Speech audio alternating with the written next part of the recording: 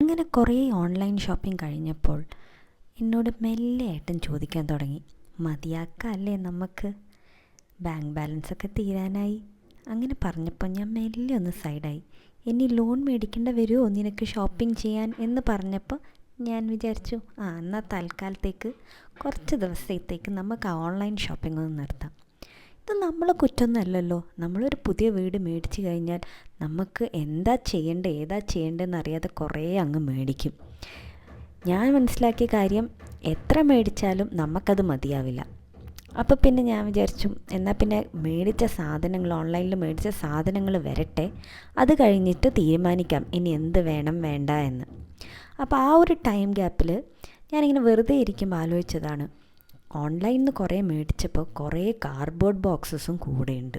അപ്പോൾ ആ കാർഡ്ബോർഡ് ബോക്സസിനെ കൊണ്ട് എന്തെങ്കിലും ചെയ്യാൻ പറ്റുമോ എന്ന് ഞാനിങ്ങനെ ആലോചിച്ചുകൊണ്ടിരിക്കുമ്പോഴാണ് നമ്മൾ അടുക്കളയിൽ ഉള്ളിയും ഈ പൊട്ടറ്റോ ഉരുളക്കിഴങ്ങൊക്കെ വെച്ചത് വലിയ വൃത്തിക്കൊന്നുമല്ല. അപ്പം ഞാൻ വിചാരിച്ചു, നമുക്ക് നമ്മളുടെ ക്രിയേറ്റിവിറ്റി കുറച്ചങ്ങ് എടുത്തേക്കാം പുറത്ത്. അങ്ങനെ ഞാൻ 2 കാർഡ്ബോർഡ് ബോക്സസ് കണ്ടു കേട്ടോ. എൻ്റെ ആ ഒരു ക്യാബിനറ്റിൻ്റെ അതേ സൈസിൽ. പിന്നെ ഒന്നും നോക്കിയില്ല, അതങ്ങ് എടുത്ത് ഞാൻ എൻ്റെ ക്രിയേറ്റിവിറ്റി അങ്ങ് തുടങ്ങി.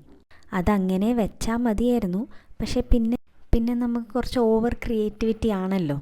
അപ്പോൾ അങ്ങനെ എന്ത് ചെയ്തെന്ന് വെച്ചാൽ, ഞാൻ 2 കാർഡ്ബോർഡ് ബോക്സസ് ആ സൈസിലുള്ള കിട്ടിയപ്പോൾ അതങ്ങ് എടുത്തു. കുറേ ടേപ്പൊക്കെ ഒട്ടിച്ച് അതിൻ്റെ സൈഡും ഇതൊക്കെ നല്ല സ്ട്രോങ് ആക്കി. അതിനുശേഷം നമ്മൾ ഹോം സെൻറ്ററിൽ പോയപ്പം ഞാൻ കുറച്ച് സാധനങ്ങൾ മേടിച്ചിരുന്നു.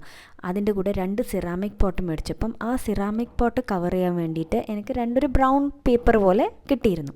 അതാദ്യം ഞാൻ ചുരുട്ടിക്കളയാൻ വേണ്ടി ഇട്ടതായിരുന്നു. പിന്നെ ചുരുട്ടിക്കളഞ്ഞിട്ടപ്പോഴാണ്, എന്തിനാ വെറുതെ നല്ലൊരു പേപ്പർ ഇങ്ങനെ കളയുന്നതെന്ന് വിചാരിച്ചിട്ട് അത് ഞാൻ വെറുതെ എടുത്ത് വെച്ചു. പക്ഷെ ആ എടുത്ത് വെച്ചപ്പോഴാണ് മനസ്സിലായത്, ഓക്കെ, ഇങ്ങനത്തെ കാര്യത്തിന് ഉപയോഗിക്കാമല്ലോ. അപ്പം നമുക്കൊരു റീയൂസ് എന്നുള്ളൊരു ഇതായി. അവസാനം എന്താവുന്നോ അതിൽ വെച്ച് തീർക്കാമെന്ന് വിചാരിച്ചു. ഞാൻ വലിയ ഈ അങ്ങോട്ടും ഇങ്ങോട്ടൊക്കെ സൈസ് നോക്കലും അതും ഇതൊക്കെ നടന്നു. നടുക്ക് നേട്ടം വന്ന് ചോദിച്ചു, ഇതിൻ്റെ വല്ല ആവശ്യമുണ്ടോ, ആ കാർഡ്ബോർഡ് അങ്ങനെ വെച്ചാൽ പോരേന്ന്. അത് പറ്റില്ലല്ലോ, നമുക്ക് നമ്മളെ ക്രിയേറ്റിവിറ്റി മൊത്തത്തിൽ അങ്ങ് ഉപയോഗിക്കാമെന്ന് തന്നെ വിചാരിച്ചു. അപ്പോൾ അങ്ങനെ നമ്മൾ ബുക്ക് കവർ ചെയ്യുന്ന പോലെ ഞാൻ അതിന് എന്തൊക്കെയൊക്കെയോ ചെയ്തു.